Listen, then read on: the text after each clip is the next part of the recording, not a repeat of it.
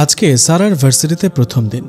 খুব বেশি নার্ভাস না হলেও একটু তো বটেই, যদিও ওর সাথে আরও বেশ কিছু পুরনো বন্ধু বান্ধব একই ভার্সিটিতে ভর্তি হয়েছে। সবাই মোটামুটি একই পর্যায়ের স্টুডেন্ট ছিল কলেজে। আর তাছাড়া সারার বাবা মোহাম্মদ সাইফ চৌধুরীর যথেষ্ট নাম রয়েছে বিধায় যে কোনো ভালো ইউনিভার্সিটিতে ভর্তি হতে তার সমস্যা হওয়ার নাই। কিন্তু আর যাই হোক, সারা এই ব্যাপারে ভীষণ স্ট্রিক্ট। পড়াশোনাতে সে কোনো ছাড় দিবে না, মেধা দিয়েই নিজের মর্যাদা অর্জন করবে বলে তার দৃঢ় প্রতিজ্ঞা। বড়লোক বাবার একমাত্র মেয়ে হওয়ায় বেশ দাপটেই সবসময় চলাফেরা করে সারা। সবসময় নিজস্ব একটা গাড়ি তার সাথেই থাকে, যেখানে যাওয়ার প্রয়োজন হোক গাড়ি ছাড়া এক পাও নড়চড় নেই। আজও সে গাড়িতে ভার্সিটিতে যাচ্ছে। ভার্সিটির কাছাকাছি একটা মোড় রয়েছে, যেখানে হুট করেই গাড়িটা ব্রেক করে থামিয়ে দেয় ড্রাইভার। সারা যে ব্যাপারটা একদমই পছন্দ করে না। ঘটনার পরপরই সারা চিৎকার করে বলে ওঠে, হোয়াট রাবিশ, তোমার প্রবলেম কি? হ্যাঁ, তোমাকে না বলেছি হুট করে এভাবে ব্রেক করবে না? কথাটা মাথায় থাকে না নাকি? কানেই ঢুকে না? Just boring. ড্রাইভার বলল, ম্যাডাম, মস্ত বড় ভুল হয়ে গেছে। সামনে একটা রিক্সা আয়া পড়ছিল, যার লেগে বুঝি নাই কে ম্যাডাম, মাফ করে দেন আমারে। লাইক সিরিয়াসলি, তোমার কি রোজই এমন হয়? What's your problem year? Okay fine, আমি আজই বাবাকে বলবো, তোমাকে দিয়ে হবে না, জাস্ট ফেড আপ। ড্রাইভার বলল, মাফ করে দেন ম্যাডাম, সামনে দেখেন হইতেছে, রিক্সাটা মনে হয় উল্টে গেছে ম্যাডাম, আমার ভয় লাগতেছে, আপনি আল্লাহ নাইমা দেখেন madam please. Oh shut up.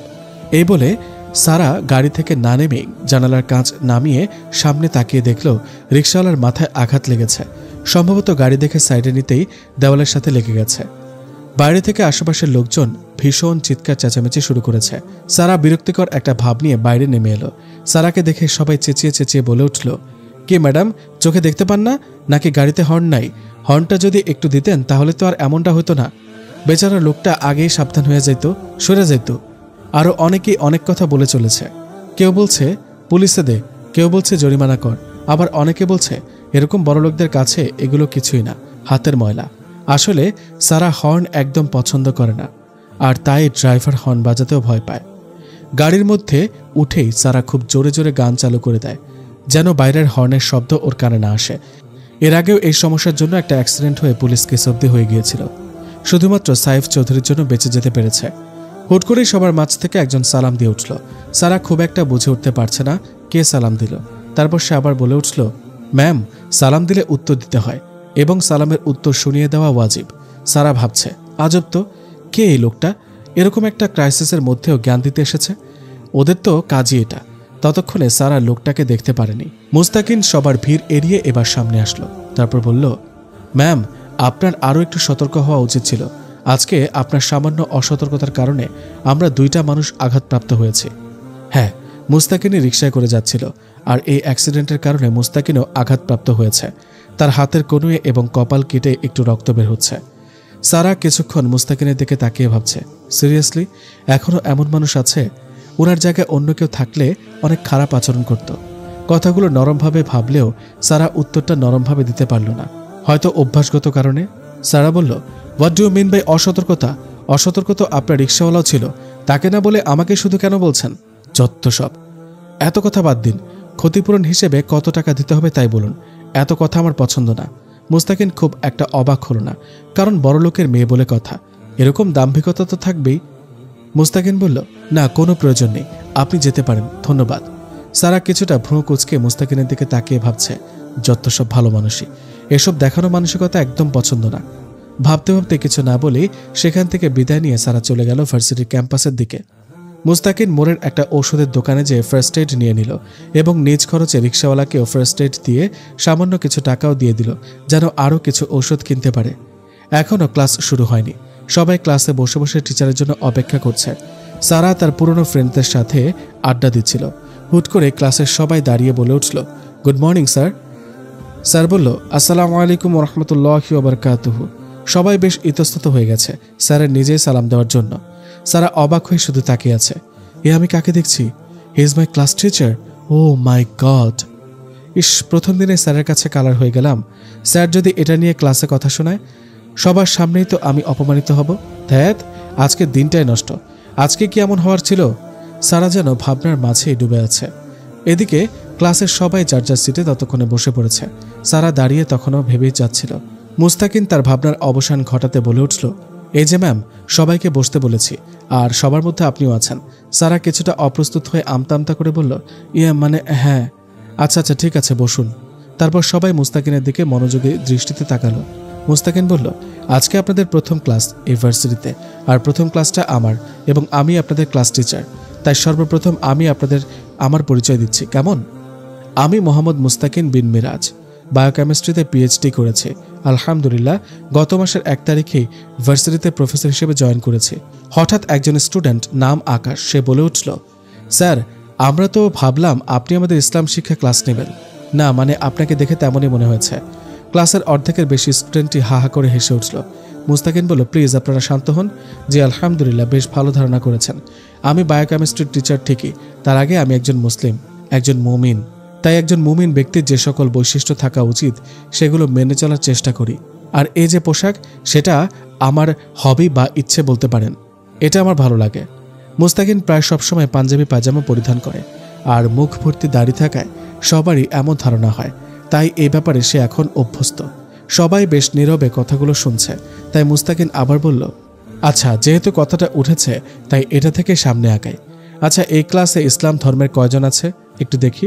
যারা আছেন তারা একটু হাত দিয়ে ইশারা করুন তো প্লিজ। কথা মতো ক্লাসের অর্ধেকের বেশি স্টুডেন্ট হাত দিয়ে ইশারা করে জানান দিল যে তারা ইসলাম ধর্মী।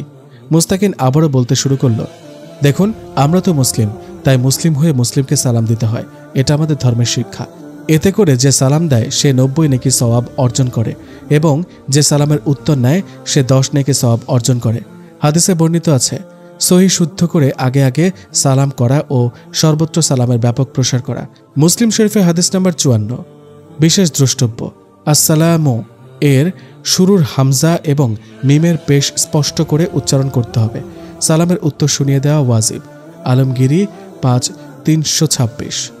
যে সালাম দিতে জানে না সে অবশ্যই অহংকারী, আর যার ভেতরে বিন্দুমাত্র অহংকার থাকবে সে জান্নাতে প্রবেশ করবে না। অবশ্যই সালাম মনের সকল অহংকার দূর করে এবং একে অপরের প্রতি ভালোবাসা সৃষ্টি করে। 5টি বিষয় একজন মুসলমানের পক্ষ থেকে আরেকজনের ওপর ওয়াজিব। বিষয়গুলো কি কি? নাম্বার 1, সালামের জবাব। নাম্বার 2, হাঁচির জবাব। নাম্বার 3, দাওয়াত গ্রহণ। নাম্বার 4, অসুস্থের শুশ্রূষা। নাম্বার 5, জানাজায় উপস্থিত হওয়া। অতএব আমরা মুসলিমরা একে অপরকে সালাম দিয়ে সালামের প্রসার ঘটাবো এবং নিজেদের আমল নামায় সওয়াব অর্জন করব ইনশাল্লাহ। ক্লাসের সবাই নিশ্চুপ হয়ে মুস্তাকিনের কথা শুনছে। মনে হচ্ছে কোনো এক অতল গভীরতায় সবাই হারিয়ে গেছে, খুব মনোযোগী সবাই। এতটা মনোযোগ বোধ হয় কোনো একটা ইম্পর্টেন্ট ক্লাসেও আসেনি। যত শুনছে ততই যেন সবার শুনতে ইচ্ছে করছে। মুস্তাকিনের কথার উত্তরে কেউ কেউ বলে উঠল, জি স্যার, এখন থেকে তাহলে আপনাকে সালাম দিব। মুস্তাকিন বলল, শুধু আমাকে কেন দিবেন বলুন? সকল মুসলমানদেরই আমরা সালাম দিব ইনশাল্লাহ। সবাই সহমত প্রকাশ করল। মুস্তাকিন বলল, আচ্ছা, আজকের এই ব্যাপারটা এখানে থাক, আমরা ক্লাস শুরু করি, কেমন? মুস্তাকিন নিজের ক্লাস শুরু করল। ক্লাসটা আজকে খুব একটা দীর্ঘ করেনি, যেহেতু আজকে তাদের প্রথম ক্লাস ছিল এবং পরিচয়টাও আজকেই সেরে নিতে হয়েছে। ক্লাস শেষ করে মুস্তাকিন টিচার্স রুমে চলে গেল এবং সবাই দাঁড়িয়ে মুস্তাকিনকে সালাম দিয়ে বিদায় জানালো। মুস্তাকিন বেশ খুশি। প্রথম দিনে ক্লাসের পড়াটা সেভাবে আগাতে না পারলেও ভালো একটা কাজ সবাইকে শেখাতে পেরেছে আলহামদুলিল্লাহ। পুরো ক্লাসটা নিস্তব্ধ ছিল, মনোযোগ দিয়ে শুধু শুনেই যাচ্ছিল। কেমন জানি বোধশক্তি হারিয়ে ফেলেছে মনে হচ্ছে। নিজের মধ্যে নিজেকে যেন পাচ্ছে না। কি বলবে, কি করবে, কি হচ্ছে, কি হলো, এগুলোই যেন ওর মাথায় ঘুরছে। পরপর আরও 3টা ক্লাস শেষ করে সবাই ক্লাস থেকে বাসার উদ্দেশ্যে রওনা হলো। সারা ভাবছে একবার স্যারকে সরি বলা দরকার। স্যার হয়তো আমাকে খুব খারাপ ভাবছে। ধুর, কি যে করি। এসব ভাবতে দেখেই মুস্তাকিন ক্যাম্পাস ছেড়ে বের হয়ে যাচ্ছে। সারা পেছন পেছন দৌড়ে যেয়ে বলে উঠল, স্যার, স্যার। মুস্তাকিন পেছনে ফিরে তাকিয়ে বলল, জি বলুন, কিছু বলবেন? I am really sorry sir, আমি সত্যিই জানতাম না যে আপনি আমার স্যার, আর তাই সকালে এমন একটা অ্যাক্সিডেন্ট হয়ে গেল। ইটস ওকে, বাট সেখানে আমি না থেকে অন্য কেউ থাকলেও কিন্তু এমনটাই হতো। আপনার ড্রাইভারের সাবধান হওয়া উচিত। জি স্যার, সরি। আচ্ছা ঠিক আছে, আল্লাহ হাফেজ বলেই মুস্তাকিন চলে গেল। সারা ভীষণ অবাক হচ্ছে। আজব লোক তো, আমার কথা যে শেষ হয়েছে তাকে কি আমি বলেছি? নিজে আল্লাহ হাফেজ বলে চলে গেল। আজ অব্দি তো এমনটাও হয়নি। সে যেই হোক, সব ছেলেরাই তো আমার সাথে আঠার মতো লেগে থাকার জন্য চেষ্টা করত, আর উনি কিনা আমার দিকে তাকালেন না পর্যন্ত। এত কিসের অহংকার ওনার? ধ্যাত, আজকের দিনটাই আমার জন্য ভালো না, তাই এমন হচ্ছে। এসব বলে সারা গাড়িতে করে বাড়ির উদ্দেশ্যে রওনা হয়ে গেল। কিন্তু পুরোটা রাস্তা সে ভাবছে, স্যার কি এমনই, নাকি আমার সামনে একটু ভাবে চলে? দূর, যা আছে আছে, যত সব ঢং। দেখি কয়দিন এমন থাকে, সে নিজেই আমার সাথে কথা বলতে চাইবে। যতই স্যার হোক আর যাই হোক, কালই দেখা যাবে কি হয়। এই যে আপু, এই যে ভাইয়া। জি জি, যিনি শুনছেন আপনাকেই বলছি। হ্যাঁ, ঠিক ধরেছেন, আপনাকেই বলছি। ভিডিওটা তো এতক্ষণ যাবৎ দেখছেন, এক্ষুনি একটা লাইক দিয়ে দিন, এবং যদি এখনও চ্যানেলটি সাবস্ক্রাইব করা না থাকে তাহলে অবশ্যই সাবস্ক্রাইব করে দিবেন, এবং ভিডিও দেখার পরে অবশ্যই কমেন্ট করে জানাবেন কেমন লাগলো। ঠিক আছে, আমরা আবারও গল্পে চলে যাই। মুস্তাকিনের মা মোসাম্মদ মোমেনা খাতুন খুব শান্ত স্বভাবের একজন মানুষ, তবে ছেলের ব্যাপারে ভীষণ সেন্সিটিভ। আর যাই হোক, সে ছেলের দ্বিতীয়বারের মতো কোনো কষ্ট সহ্য করতে পারবে না। মুস্তাকিনের সামান্য আঘাত দেখেই যেন তার মা অস্থির হয়ে উঠেছে। কিভাবে হলো, কিভাবে চলিস, সাবধানে থাকতে পারিস না? এই বয়সে আমি এগুলো সহ্য করতে পারবো বল? তোর কিছু হয়ে গেলে তখন আমি কিভাবে থাকবো বল? বল না, কিভাবে হলো? মুস্তাকিন বলল, আমাকে বলার সুযোগ দিলে তো আমি বলবো না কি মা? নিজেই তো এক নাগারে বলে চলেছ, আমি কি বলবো? মুস্তাকিনের মা বলল, হ্যাঁ বল, কিভাবে এত আঘাত পেলি? তারপর মুস্তাকিন মাকে সবকিছু খুলে বলল, এমনকি সেই মেয়েটির যে তার স্টুডেন্ট সেটাও বলল। মুস্তাকিন মূলত সবকিছুই মায়ের সাথে শেয়ার করে। কেই বা আছে আর মা ছাড়া? মুস্তাকিনের বাবা গত 2 বছর আগে মারা গেছে।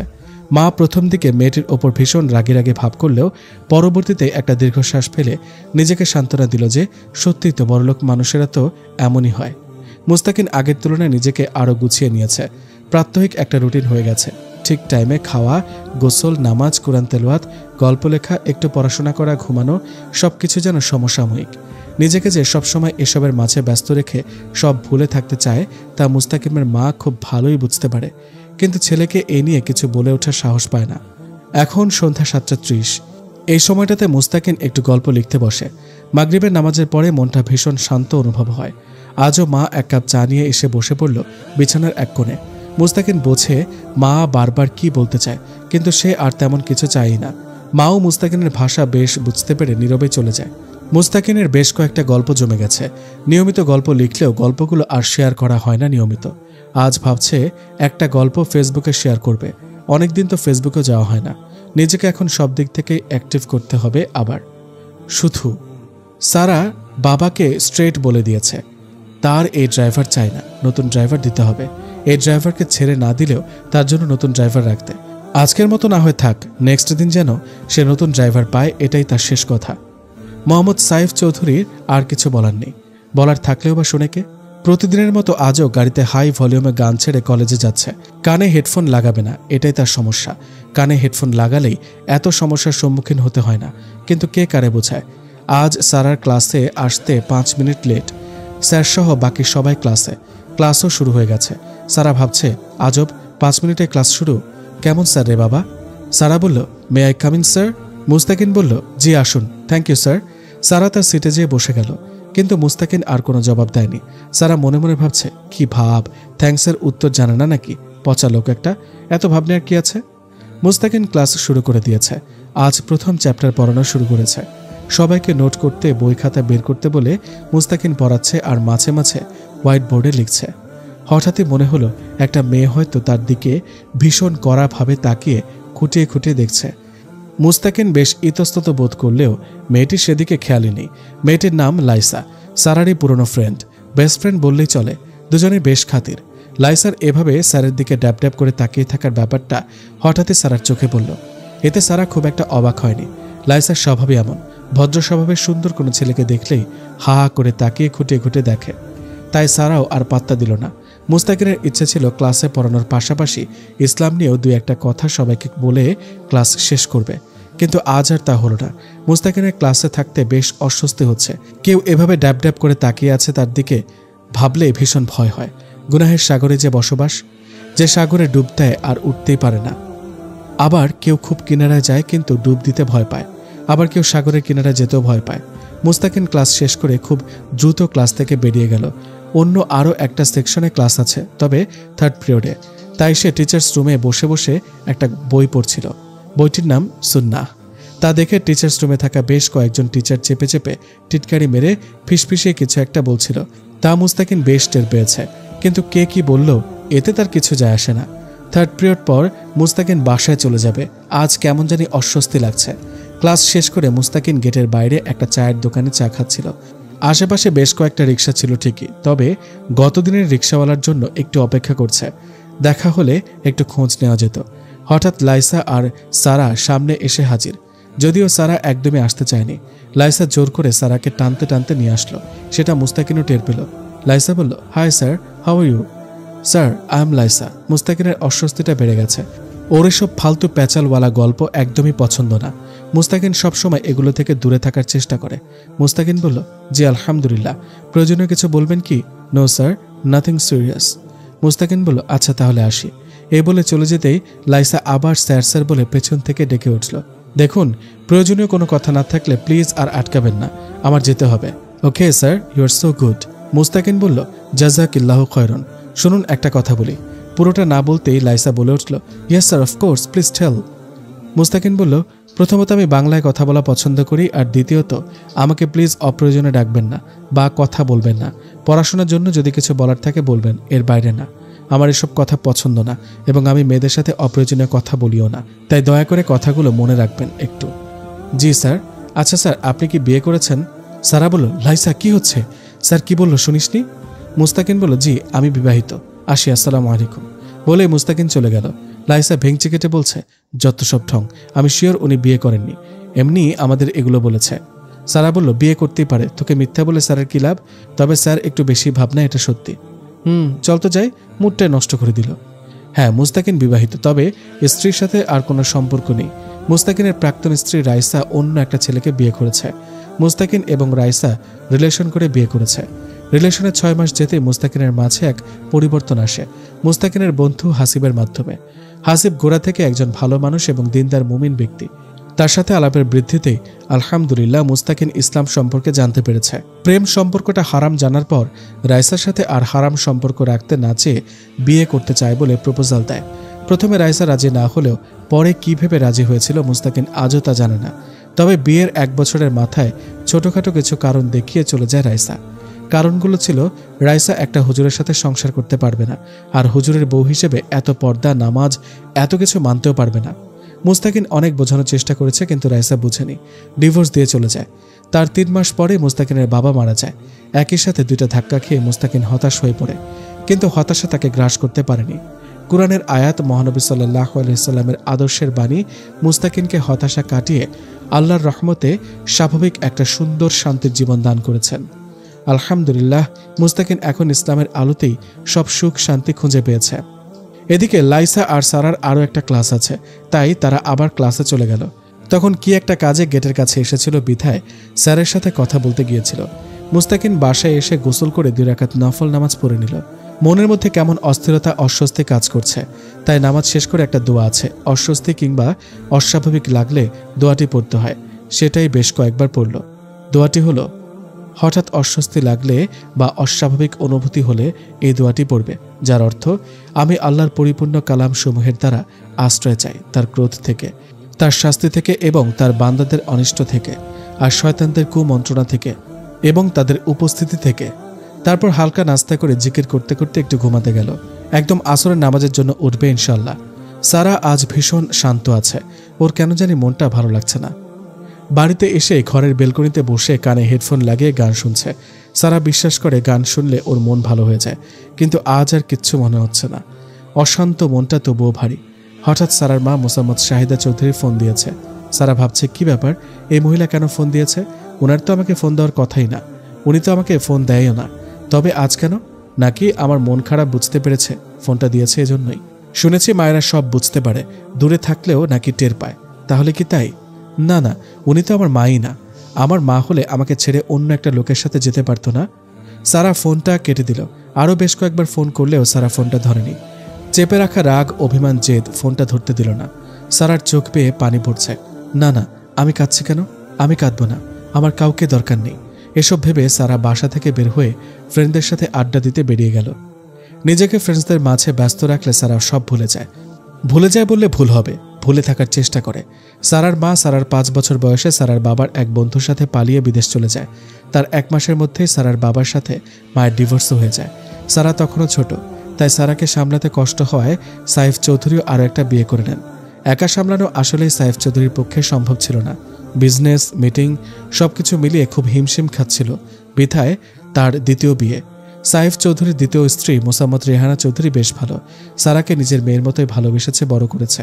সারার আবদারই তাদের আবার সন্তান নেওয়া। সারা একটা কিউট বোন চেয়েছিল, কিন্তু একটা কিউট দুষ্ট ভাই পেয়েছে। সব ভালোবাসার সুখের মাঝেও নিজের মায়ের চলে যাওয়ার ব্যাপারটা সারাকে আজও কাঁদায়। সারাও নিজেকে বন্ধু বান্ধবদের নিয়ে শান্ত রাখে। সারার মন তো এমনিতেই অশান্ত ছিল, তার উপরে সারার মা দীর্ঘ 15 বছর পর তাকে ফোন দিয়েছে। সারার মন অশান্ত কালো মেঘে পুরোটা ছেয়ে রয়েছে। কি করলে এই মন শান্ত হবে সারার তা জানা নেই। সারার মায়ের সাথে সম্পর্ক না থাকলেও সারা কম বেশি যে কোনোভাবেই তার খোঁজ নেয়, কিন্তু কাউকে না জানিয়ে লুকিয়ে কই থাকে, কেমন থাকে, ফোন নাম্বারটাও সেভাবে গুছিয়ে রেখেছে। কিন্তু কল্পনা করতে পারেনি যে গুছিয়ে রাখা সেই ফোন নাম্বার থেকে কখনো সারার ফোনে কল আসবে। তাহলে কি সারার মাও সারার খোঁজ রাখে আড়ালে? সারা বন্ধুবান্ধবদের মাঝ থেকে তার অশান্ত মনকে নিয়ে বাসায় এসে গুটিসুটি মেরে বিছানার এক কোণে শুয়ে আছে। হঠাৎ ঘরে রেহানা মানে সারার ভালো মা অর্থাৎ সাইফ চৌধুরীর দ্বিতীয় স্ত্রী এসে নক করছে। সারা বড় হয়েছে, তাই সাইফ চৌধুরী বা রেহানা কেউই নক না করে সারার ঘরে আসে না, কারণ সবাই খুব ভালো করে জানে সারার ব্যাপারটা একদমই পছন্দ না। সারা অনুমতি দিলে রেহানা ঘরে প্রবেশ করে বলল, কি করো মামনি, কি হয়েছে তোমার? মন খারাপ? না ভালো মা, তেমন কিছু না, এমনিতেই ভালো লাগছে না কিছু। দেখেছো, আমি ঠিক বুঝতে পেরেছি। তা বলো তো মামনি, এমন কেন লাগছে? ফ্রেন্ডদের সাথে কি ঝগড়া হয়েছে নাকি অন্য কিছু? ভালো মা, তুমি তো জানোই ফ্রেন্ডদের সাথে কিছু হলেও আমার কিচ্ছু যায় আসে না, কারণ কেউ আমার সাথে আড়ি করে থাকতেই পারে না। হ্যাঁ মামনি, তা তো জানি। আচ্ছা, আমি এখন তোমার জন্য 1 কাপ কফি নিয়ে আসি, তারপর দুজনে মিলে গল্প করব, কেমন? রেহানা দুজনের জন্য 2 কাপ কফি নিয়ে এসে সারার বেলকনিতে থাকা দোলনাটায় যেয়ে বসল। সারাও রেহানার পাশে বসে আছে। অন্য কোনো সময় হলে সারা সোজা তার ভালো মার কোলে মাথাটা গুজে দিত, আর রেহানাও সারার মাথায় বিলি কেটে দিত আর গল্প করত। রেহানা বলল, মামুনি, তোমাকে একটা কথা বলতে চাই আমি, আগে বলো, রাগ করবে না? ভালো মা, আমি কি কখনো তোমার সাথে রাগ করেছি? কি বলবে বলো? তোমার মা ফোন করেছিল বাসার ল্যান্ড ফোনে, ফোনটা আমি রিসিভ করেছিলাম। সে তো বলল সে এখন দেশে সেটেল হয়েছে, তাই তোমার সাথে একবার দেখা করতে চায়। তুমি কি বলছো? আমি বলেছি তোমার সাথে কথা বলে জানাবো। সে আমাকেও ফোন দিয়েছিল, জানি না নাম্বার কোথায় পেয়েছে। তুমি কি করবে? দেখা করতে চাও? একবার দেখা করতেই পারো, এত বড় হয়েছ, তার নিশ্চয়ই তোমাকে দেখতে ইচ্ছে করে। হাজার হোক মা তো। উনি সত্যি আমার মা? মা হলে 15 বছর পর শুধু এটাই কি দেখতে এসেছে যে মেয়ে কত বড় হলো? তোমার রাগ অভিমান সাজে, কিন্তু ভেবে দেখো কি করবে। আমি কারোর সাথে দেখা করব না, ওই মহিলার সাথে তো নয়, বলে দিও তুমি। রেহানা বুঝতে পেরেছে সারা এখন রেগে যাচ্ছে, তাই আর এ নিয়ে কথা না বাড়িয়ে প্রসঙ্গ চেঞ্জ করে বলল, আচ্ছা বাদ দাও, তোমার ক্লাস কেমন হচ্ছে ভার্সিটির? হ্যাঁ ভালোই, ডেইলি হুজুর সাহেবের লেকচার শুনি। হুজুর সাহেবটা আবার কে? আরে আমাদের ক্লাস টিচার, বায়োকেমিস্ট্রিতে পিএইচডি করেছে, কিন্তু দেখতে পুরো মাদ্রাসার প্রিন্সিপাল। রেহানা কথাটা শুনে হেসে দিল। সারাও খানিকটা হাসলো। যাক, অনেকক্ষণ পর একটু ভালো লাগছে, কিন্তু কেন এই ভালো লাগা অনুভব হলো সারা বুঝল না। আরও কিছুক্ষণ গল্প করে সারাকে রাতের ডিনারের জন্য বলে রেহানা চলে গেল। সারার আজ খেতে ইচ্ছে করছে না, তাই শুধু একটা অমলেট খাবে বলে রুমে খাবারটা পাঠাতে বলে দিল। সারার আজ 2 চোখ এক করতে পারবে না, সে খুব ভালো করে জানে, তাই বাবার ঘর থেকে এক প্রকার চুরি করে একটা ঘুমের ঔষধ নিয়ে খেয়ে শুয়ে পড়ল। মুস্তাকের নামাজ শেষ করে রাতের খাবার খেয়ে ঘুমাবে বলে শুয়ে পড়ল, কিন্তু ঘুম লাগছে না, বারবার অতীত মনে আসছে। অতীতের এমন হাতছানি মুস্তাকিনের খুব অসহ্য লাগে, হতাশা ভর করতে চায়, কিন্তু পর মুহূর্তেই কোরআনের বেশ কিছু আয়াত তার ভীষণভাবে মনে পড়ে। আমি যদি বলি আমি ব্যর্থ, আল্লাহ বলেন বিশ্বাসীরা সফল হয়, আল কুরআন। আমি যদি বলি আমার অনেক কষ্ট, আল্লাহ বলেন নিশ্চয়ই কষ্টের সাথে স্বস্তি রয়েছে, আল কুরআন। আমি যদি বলি আমাকে কেউ সাহায্য করে না, আল্লাহ বলেন মুমিনদের সাহায্য করা আমার দায়িত্ব। আমি যদি বলি আমার কেউ নেই, আল্লাহ বলেন ভয় করবে না, আমি তোমার সাথে আছি, আল কুরআন। আমি যদি বলি আমার পাপ অনেক বেশি, আল্লাহ বলেন তওবাকারীদেরকে আমি ভালোবাসি। আমি বলি এই দুনিয়ায় আমার ভালো লাগে, আমার কিছুই নেই, আল্লাহ বলেন তোমার জন্য পরকালে ইহকাল অপেক্ষা শ্রেয়। আমি বলি বিজয় অনেক দূরে, আল্লাহ বলেন আমার সাহায্য একান্তই নিকটবর্তী। আল্লাহ সুবহানাহু ওয়া তাআলার কত সুন্দর নিয়ামত। সত্যি এই কুরআন আমাদের মানব জীবনের সব হতাশা দূর করে দিতে পারে। হ্যাঁ, আমি বিশ্বাস করি মহান রব্বুল আলামিনের সেই বাণীটি, যেটাতে বলা আছে পরিপূর্ণ মানসিক প্রশান্তি কেবলমাত্র আল্লাহর দিকেই রয়েছে। সূরা আর-রাদ আয়াত 28। মুস্তাকিরের খুব মন খারাপ বা নিজেকে হতাশাগ্রস্ত মনে হলে কোরআনের আয়াতগুলো সে খুব মন দিয়ে চোখ বুলিয়ে নেয়। এতে তার হতাশাও দূর হয় এবং মনও শান্ত হয়। মুস্তাকিন সব হতাশাকে দূরে সরাতে জানে। তার কাছে আছে সম্পূর্ণ জীবন ব্যবস্থা। সে কি করে নিজেকে হতাশ রাখতে পারে? সারা আজ ভার্সিটিতে যেতে পারল না। ঘুমের ওষুধের ডোজটা সারার ওপর এতটাই পড়েছে যে ঘুম থেকে উঠতে উঠতে 11:30 বেজে গেছে। রেহানা বেশ কয়েকবার ডেকে গেলেও মেয়ের ঘুম ভাঙাতে পারেনি। সারা উঠে সময়ের দিকে তাকিয়ে বলছে, ভালো মা, আমাকে ডাকনি কেন? ধ্যাত, ক্লাসটা মিস করে গেলাম। আজকে ইম্পর্টেন্ট একটা ক্লাস ছিল। মেয়ের চিৎকার শুনে রেহানা সারার ঘরে এলো। এসে বলছে, ডাকিনি নাকি ঘুম ভাঙাতে পারিনি? তুমি তো ছুটির দিন ছাড়া এত বেলা অবধি ঘুমাও না মামনি। কি হয়েছে আজ, সত্যি করে বলো তো? রাতে খাবার ওষুধ খেয়ে ঘুমিয়েছি। বাবাকে বলবে না কিন্তু, ভালো মা। ঠিক ধরেছিলাম। কে বলে এত পাকনামি করতে? হলো তো ক্লাস, এখন ঘুমিয়ে ঘুমিয়ে ক্লাস করে যাও। আচ্ছা সরি, আর এমন হবে না। হবে না কেন? হবে তো। আমি ঔষধ কিনে নিয়ে এসে দেবো, প্রতিদিন খেয়ে খেয়ে ঘুমাবা, বুঝেছ? আচ্ছা আর রাগ করো না ভালো মা, ক্ষুধা লেগেছে, একটু খাইয়ে দাও না। আমি চা পাঠিয়ে দিচ্ছি, খেয়ে ফ্রেশ হয়ে নাও, তারপর ডাইনিংয়ে আসো, খাইয়ে দিচ্ছি। সারা বলল, ভাই কই ভালো মা? ও কি নানুর কাছে গেছে নাকি আজ? নানুর আসার কথা ছিল না আজ? হ্যাঁ, তোমার নানু এসেছে, কিন্তু এখনো নিয়ে যায়নি। তোমার সাথে দেখা হয়নি। ঘুমাচ্ছিলে তাই বলল বিকেলে যাবে। আচ্ছা তুমি যাও, আমি এক্ষুনি আসছি। ঘুম থেকে উঠে সারার একটু ভালো লাগছে। মনে হচ্ছে যত ক্লান্তি ছিল এই ঘুমের জন্য কেটে গেছে। সারা ফ্রেশ হয়ে ভালো মায়ের কাছে খাবার খাচ্ছে আর পুচকুর সাথে খেলছে। সারার ভাইয়ের নাম সায়েদ, কিন্তু অনেক দুষ্টু। এজন্য সারা তার পিচ্চি ভাইকে পুচকু বলেই বেশি ডাকে। নানু বলল, সারা চল, তুইও আমার ওখানে যাবি। আজ রাতটা থেকে কাল আমার ওখান থেকে ক্লাসে যাস। নানু, বারবার কেন জোর করো বলো তো? তুমি কি জানো না আমি কেন তোমার বাসায় যাই না? শাহরাজ পারভিন হলো সারার নিজের নানু, অর্থাৎ শাহিদা চৌধুরীর মা। কিন্তু মা বাবা হারা রেহানাই যেন এখন তার নিজের মেয়ে। তার মেয়ে যে তাদের মধ্যে নেই, আর এমন একটা কাজ করেছে তা সে রেহানার জন্যই ভুলে থাকতে পারে। একটাই মেয়ে ছিল শাহিদা, তাই সবটা ভুলে থাকা সম্ভব না হলেও চেষ্টা করে। তাই মাঝে মাঝে এ বাড়িতে আসে, সায়েদকেও নিয়ে যায়। কিন্তু সারাকে ছোটবেলায় 2-1বার নিতে পারলেও বোঝার বয়স হবার পর থেকে আর নিয়ে যেতে পারেনি। নানুর বাড়িতে গেলে ছোটবেলায় নানু বাড়িতে কাটানো অনেক সুন্দর সুন্দর স্মৃতি সারার চোখের সামনে ভেসে ওঠে, আর সারা সেগুলো মনে রাখতে চায় না। এজন্যই সেখানে কোনোভাবেই যায় না। তুই আর কতদিন এমন করবি? তোরা ছাড়া আর কে আছে আমার? আর কয়দিনই বা বাঁচবো? এই বয়সেও কি তুই আমাকে একটু খুশি দেখতে চাস না? তোর কাছে কি এতটুকু চাইতে পারি না আমি? সারা খুব বুঝতে পেরেছে ইমোশনালি ব্ল্যাকমেল করা হচ্ছে তাকে। সারারও বেশ খারাপ লাগে নানুর সাথে এমন করতে, কিন্তু কি করবে, সেও তো সহ্য করতে পারে না। রেহানা বলল, সারা মামনি, এখন তো বড় হয়েছ, সবকিছুর সাথে মানিয়ে নিতে শিখেছ। যাও, যে ঘুরে আসো। আর তোমার পুচকুও তো যাচ্ছে, ও থাকলে তোমার সময়টা ভালোই কাটবে মামনি। সারা কি করবে বুঝতে পারছে না। তার মনটা তো এতটাও কঠিন না, তাই না? অনেক ভেবে সারা রাজি হয়ে গেল। প্রায় 10 বছর পর সারা আজ নানুর সাথে নানু বাড়ি যাবে। সবাই অনেক খুশি হয়েছে দেখে সারারও ভালো লাগছে। এদিকে মুস্তাকিন আজ শান্তভাবে ক্লাস নিল। পুরো ক্লাস মুস্তাকিন খুব চিন্তিত ছিল, তাই খুব একটা মনোযোগ সহকারে ক্লাস নিতে পারেনি। ক্লাসটা কোনো রকমে শেষ করে ছুটি নিয়ে তাড়াতাড়ি বাসায় চলে গেল। মুস্তাকিনের মা হঠাৎ অসুস্থ হয়ে গেছে, কি করবে বুঝে উঠতে পারছে না। তার যদি আপন বলে কেউ থাকে তাহলে এ আছে একজন মা। মায়ের যদি কিছু হয়ে যায় তাহলে একা কিভাবে কি হবে? ভার্সিটি থেকে মুস্তাকিনের বাসা খুব দূরে না, তাই রিক্সা নিয়ে তাড়াতাড়ি চলে আসলো। এসে দেখে মা ঘুমিয়ে আছে। মুস্তাকিন বুঝতে পারছে না ডাকবে কিনা। ডাকলে মা উঠবে তো, খুব ভয় লাগছে। বাবাও তো এভাবেই ঘুমিয়েছিল, কিন্তু আর উঠেনি। মুস্তাকিন ভয়ে ভয়ে বারবার আল্লাহকে ডাকছে, আল্লাহর কাছে সাহায্য চাইছে। মুস্তাকিনের হাত পা ঠান্ডা হয়ে গেছে, মনে হচ্ছে এখনই মাথা ঘুরে পড়ে যাবে। মুস্তাকিন মুহূর্তেই বসে পড়ে মাটিতে। বসতে যেয়ে পাশে থাকা একটা গ্লাস পড়ে বেশ জোরেই শব্দ হলো।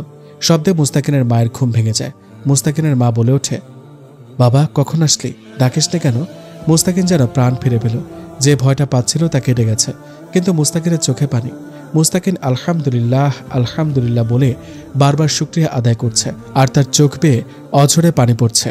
মুস্তাকিনের মুহূর্তের মধ্যেই কোরআনের সেই আয়াতটি মনে পড়ে গেল, ভয় পেও না, আমি তোমাদের সাথে আছি, আমি সব দেখি এবং শুনি। সূরা তোহা আয়াত 46। আলহামদুলিল্লাহ, আল্লাহ সুবহানাহু ওয়া তাআলা মুস্তাকিনের মায়ের প্রতি ভালোবাসায় করা দোয়া এবং চাওয়া কবুল করেছেন। মুস্তাকিন বলল, মা কি হয়েছে তোমার? সকালে কিছু বললে না কেন? তাহলেই তো আজ আর ভার্সিটিতে যেতাম না। তখনও ঠিকই ছিলাম, হঠাৎ প্রেশারটা লো হয়ে গেল মনে হচ্ছিল। যদি একটা স্যালাইন খেয়ে নিয়েছিলাম, তাও তোকে ফোন করে জানালাম, তোকে পাশে রাখতে ইচ্ছে করছিল। মুস্তাকিন কাঁদছে, ছোট বাচ্চাদের মতো কেঁদে চলেছে। বড় হবার পর এভাবে কখনো কাঁদেনি, এমনকি বাবার মৃত্যুতেও না। কাঁদিস না, আমি ঠিক আছে এখন আলহামদুলিল্লাহ। চলো ডাক্তারের কাছে যাই, একবার চেক আপ করিয়ে আনি। আগে তুই বস আমার পাশে, কিছু কথা বলি। এখন তো একটু ভালো লাগছে, বিকেলে যাবো ইনশাল্লাহ। হ্যাঁ মা বলো। দেখ, আমার বয়স তো হয়েছে, আর তাছাড়া আল্লাহ যখন তখনই মৃত্যু ঘটাতে পারে। এখন যদি আমি মরে যাই, আমি যে শান্তি পাবো না বাবা। তোকে এভাবে একা দেখতে আমার কখনোই ভালো লাগে না। আমার বুক ফেটে যায়, তবুও তোকে কিছু বলতে পারি না, কিন্তু মনে হচ্ছে আজ বলা দরকার। শোন, যা হবার হয়ে গেছে, হয়তো এটাই আল্লাহর ইচ্ছে, এটাই হয়তো তোর জন্য মঙ্গল। তাই বলে কি এভাবেই থাকবি? আমি তোকে আবার বিয়ে করাতে চাই। মরার আগে তোর পাশে একজন ভালো সঙ্গীকে রেখে যেতে চাই বাবা। মুস্তাকিন বলল, মা এসব কি বলছো? আমি যে আর বিয়ে করতেই চাই না, প্লিজ এভাবে বলো না। আমাকে আর ফিরিয়ে দিস না বাবা, এতদিন বলিনি, ভেবেছি তোকে আরও একটু সময় দিই, নিজেকে গুছিয়ে নে আগে। কিন্তু দেখ, আজ আমার কিছু হয়ে গেলে তুই কাকে নিয়ে থাকবি? প্লিজ বাবা, আমার শেষ ইচ্ছেটা রাখ। মুস্তাকিন আর কি বলবে, সব যেন কেমন এলোমেলো লাগছে। কি উত্তর দিবে মাকে? হ্যাঁ বললেও মনের বিরুদ্ধে বলতে হবে, আবার না বললেও মা কষ্ট পাবে। কি করব আমি? মা, আমাকে আরও কিছুদিন সময় দাও, আমি ভেবে জানাবো মা। দরকার হলে আমি ইস্তেখারা করব, তারপর যে রেজাল্ট আসে তোমাকে জানিয়ে দেব। আচ্ছা, কিন্তু আমার শেষ ইচ্ছেটা বাবা মনে রাখিস। ঠিক আছে, এখন রেস্ট নাও। মুস্তাকিন এখন বেশ দোটানায় ভুগছে, এদিক ওদিক কোনো দিকে যেতে পারছে না, তাই সিদ্ধান্ত নিয়েছে ইস্তেখারা করবে। আল্লাহ সুবহানাহু ওয়া তাআলা যেদিকে ইশারা দিবেন ইনশাআল্লাহ তাই করবে।